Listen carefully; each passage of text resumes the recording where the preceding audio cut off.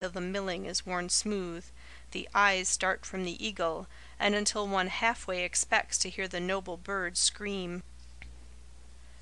There are girls in every circle, married to men not by any means insolvent, who have unlimited credit, but never any money of their own. They have carriages but no car fare, fine stationery, monogrammed and blazoned with a coat of arms, but not by any chance a postage stamp. Many a woman in such circumstances covenants with the tradespeople to charge as merchandise what is really cash, and sells laces and ribbons to her friends a little below cost. When a girl is approached with a plea to have her purchases charged to her friend's account, and to pay her friend rather than the merchant, is it not sufficient to postpone possible matrimony at least 6 months? Adversity has no terrors for a woman. She will gladly share misfortune with the man she loves, but simple selfishness is a very different proposition. There are also the dazzling allurements offered by various careers, which bring fame and perhaps fortune.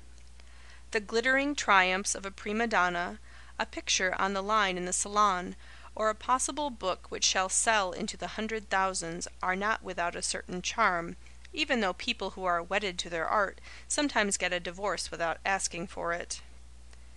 The universal testimony of the great, that fame itself is barren, is thrust aside as of small moment.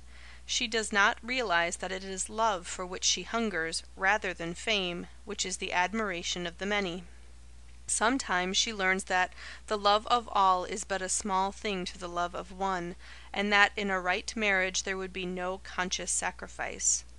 If she were not free to continue the work that she loved, she would feel no deprivation. Happiness is often thrust aside because of her ideals. She demands all things in a single man, forgetting that she, too, is human and not by any means faultless. Some day, perhaps too late, she understands that love and criticism lie far apart, that love brings beauty with it, and that the marks of individuality are the very texture of charm, as the splendor of the opal lies in its flaws. There is always the doubt as to whether the seeker may be the one of all the world to find the inmost places in her heart. Taste and temperament may be akin, position and purpose in full accord, and yet the vital touch may be lacking. Sometimes, in the after years, it may be found by two who seek for it patiently together, but too often dissonance grows into discord and estrangement.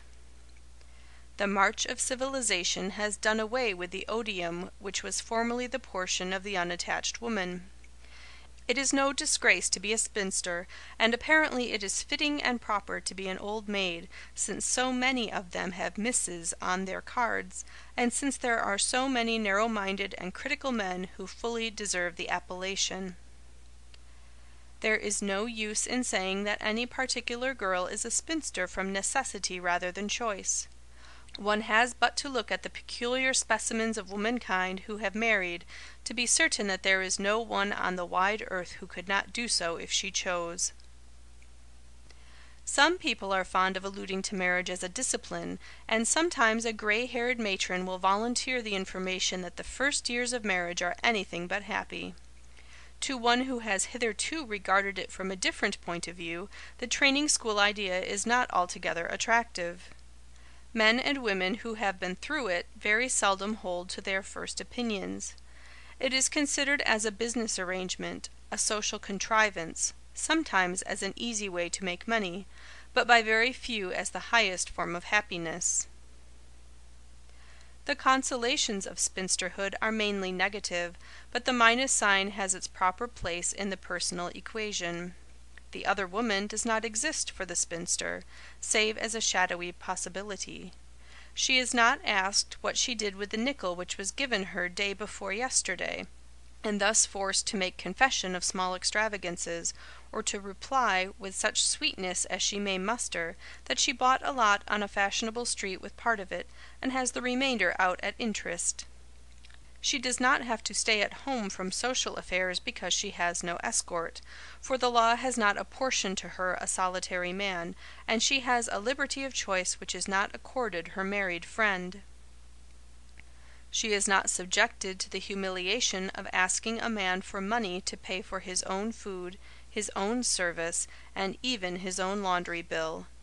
She can usually earn her own if the gods have not awarded her sufficient gold, and there is no money which a woman spends so happily as that which she has earned herself. The career lies before her, and she has only to choose the thing for which she is best fitted, and work her way upward from the lowest ranks to the position of a star of the first magnitude. Opportunity is but another name for health. Obstacles make firm stepping stones, and that which is dearly bought is by far the sweetest in the end. Of course there are strings to pull, but no one needs them. Success is more lasting if it is won in an open field, without favor, and in spite of generous measures of it bestowed upon the opposition. But of all the consolations of spinsterhood, the greatest is this, that out of the dim and uncertain future, perchance in the guise of a divorced man or a widower with 4 children, the prince may yet come. On his plain but trusty sword are these words only, love and understand. Across the unsounded, estranging seas, with a whole world lying immutably between, he too may be waiting for the revelation. He may come as a knight of old, with banners, jewels, and flashing steel, to the clarion ring of trumpet or cymbal, or softly, in the twilight, like one whose presence is felt before it is made known. Out of the city streets the prince may come, tired of the endless struggle, when the tide of the human has beaten heavily upon his jaded soul, or through the woods, with the silence of the forest still upon him. His path may lie through an old garden, where marigold and larkspur are thickly interwoven, and shadowy spikes of mignonette make all the summer sweet, or through the frosty darkness, when the earth is dumb with snow, and the midnight stars have set the heavens ablaze with spires of sapphire light. Sometimes at the first meeting the prince is known by that mysterious alchemy which lies in the depths of the maiden soul, and often, after long waiting, a friend throws off his disguise and royalty stands revealed. Sometimes he is the comrade of the far-off childish years, the schoolmate of a later time, or someone whose hand has proved a strength and solace in times of deepest grief. To love and understand, all else may be forgiven, if he has but these 2 gifts, for they are as the crest and royal robe. Bare and empty his hands may be, but these are the kingly rights. Slowly, and sometimes with a strange fear which makes her tremble, there steals into her heart a great peace. With it comes infinite tenderness and an unspeakable compassion, not only for him, but for all the world. Love's laughter changes to questioning too deep for smiles or tears, the boundless aspiration of the soul toward all things true. Playthings and tinsel are cast away.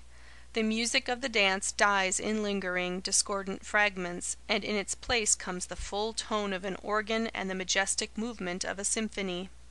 The web of the daily living grows beautiful in the new light, for the hand that set the pattern has been gently laid upon her loom. Through all the years to come, they are to be together, he and she. There will be no terror in the wilderness, no sting in poverty or defeat. Hunger and thirst can be forgotten. Wherever destiny may point the way, they are to fare together, he and she. Somewhere, in a world whose only shame is its uncleanliness, they too are to make a home and keep the little space around them wholly clean. Somewhere, they too will show the world that the old ideals are not lost, that a man and a woman may still live together in supreme and lasting content. Somewhere, too, they will teach anew the old lesson, that it is unyielding honor at the core of things that keeps them sound and sweet.